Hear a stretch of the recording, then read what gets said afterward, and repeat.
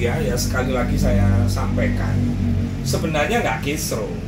Proyek PSN PIK itu nggak kisruh sebenarnya. Yang kisruh ini karena orang yang memang hidupnya dirinya sendiri itu kisruh gitu loh, nggak yakin dengan dirinya sendiri.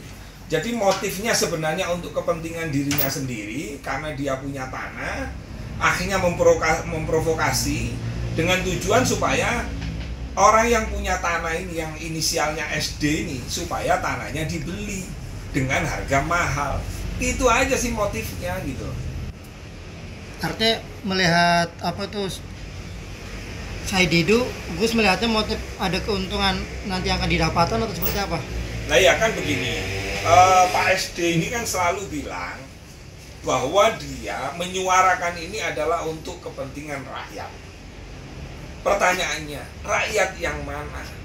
Karena selama ini transaksi jual beli tanah yang katanya ada intimidasi, ada penggusuran, ada perampasan, itu hoaks semua. Nggak ada gitu loh. Makanya kemarin waktu dialog Pak Yoris Rawoya memang menunggu Pak SD itu, ternyata SD mengirim namanya perempuan Bu Ida lah, siapa itu namanya. Nah Pak Yoris Rawoya bilang, sampaikan tuh ke Pak SD ini agar datang di hari Sabtu langsung ke lapangan di daerah PSN maupun PIK itu, bawa itu korban-korbannya yang tidak dibayar, yang digusur, yang diancam, yang diintimidasi. Tidak ada dan nggak hadir gitu loh. Jadi masyarakat nggak usah percaya dengan orang-orang yang mana datanya salah tapi selalu teriak takbir, takbir. Nggak penting Pak takbir itu Pak. Yang penting adalah berita kebenaran ini harus betul-betul valid, dan A1 itu namanya membela rakyat. Nah bedanya saya, kalau Pak SD itu provokasi, kalau saya memberikan solusi. Makanya di awal itu saya pernah podcast atau saya bikin rilis, siapapun masyarakat di sana yang terdampak oleh PIK dan memang sudah ada transaksi dengan pihak PIK, lalu kemudian orang tersebut tidak dibayar misalnya, atau masih di DP misalnya, datang ke BKN, datang ke tempat kami. Kami akan membantu 1 kali 24 jam dengan catatan. Dengarkan ini, dengan catatan surat-suratnya beres. Tidak ada masalah, tidak ada tumpang tindih, masalah sertifikatnya namanya double atau akte jual belinya double. Terus kemudian ada ahli waris. 1 kali 24 jam saya beresin itu. Saya selesaikan itu. Serius ini. Begitu gitu loh. Nah, itu yang namanya membela rakyat, kepentingan rakyat. Walaupun saya bukan orang Banten ya, provinsi, tapi kami komunikasi dengan kiai-kiai di sana. Kebetulan daerah yang terdampak itu kan rata-rata Nahdliyin.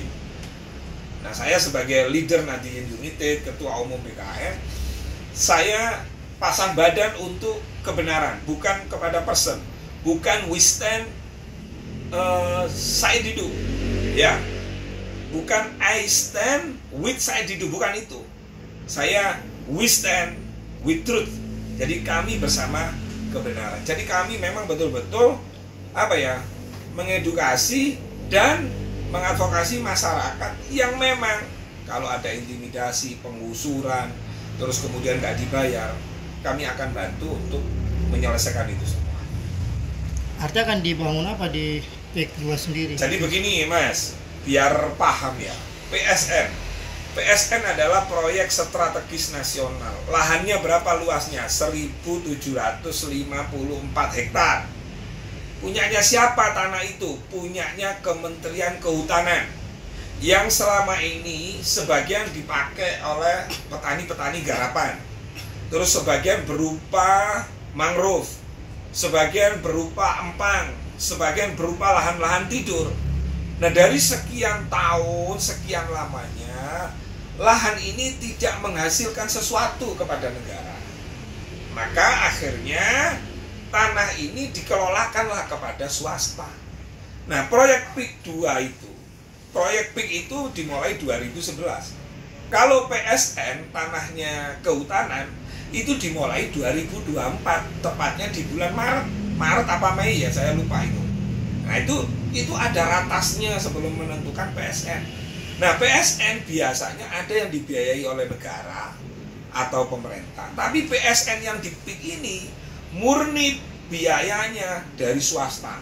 Nilai kurang lebihnya 30 sampai 39 triliun. Nah, di sana nanti penghijauannya kami juga audiensi dengan pihak PIK. Termasuk mangrove. Mangrove 99 hektar. Ini akan dijadikan 554 hektar. Terus kemudian di sana akan dibangun tempat-tempat wisata, taman safari, motocross, terus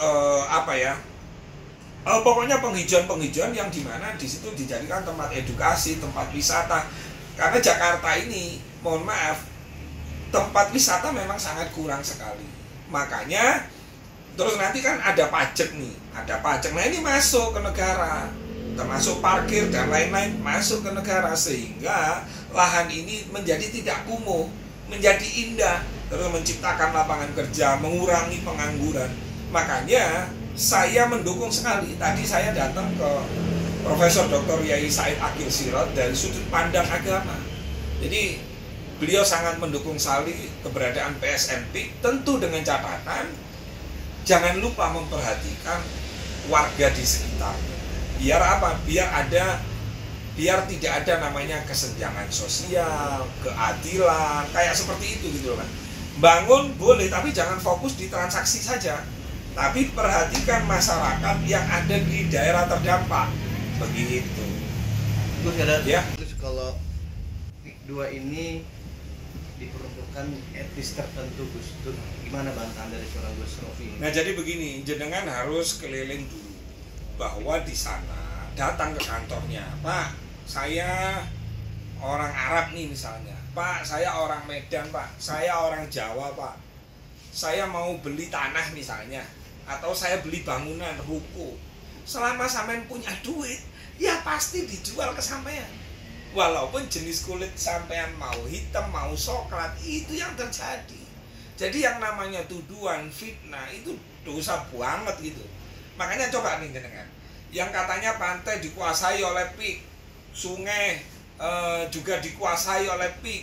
Lah, dikuasai itu gimana sungai dikuasai? Apakah sertifikatnya sungai itu balik nama atas nama PIK? Yang kan enggak. Tapi sungai memang dilebarkan. Yang asalnya hanya 15 meter sekarang menjadi 50, dan itu menjadi pusat wisata, tempat edukasi, semua boleh.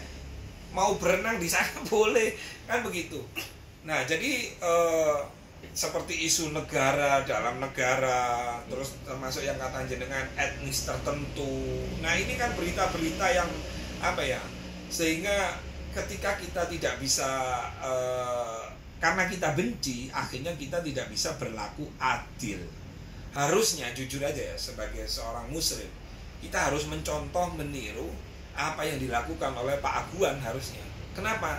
Pak Aguan itu tidak hanya murni bisnis to bisnis, tapi daripada hasil daripada bisnis tadi ketika ada keuntungan, Pak Aguan membangun di sana yang namanya Kampung Tunggal Ika.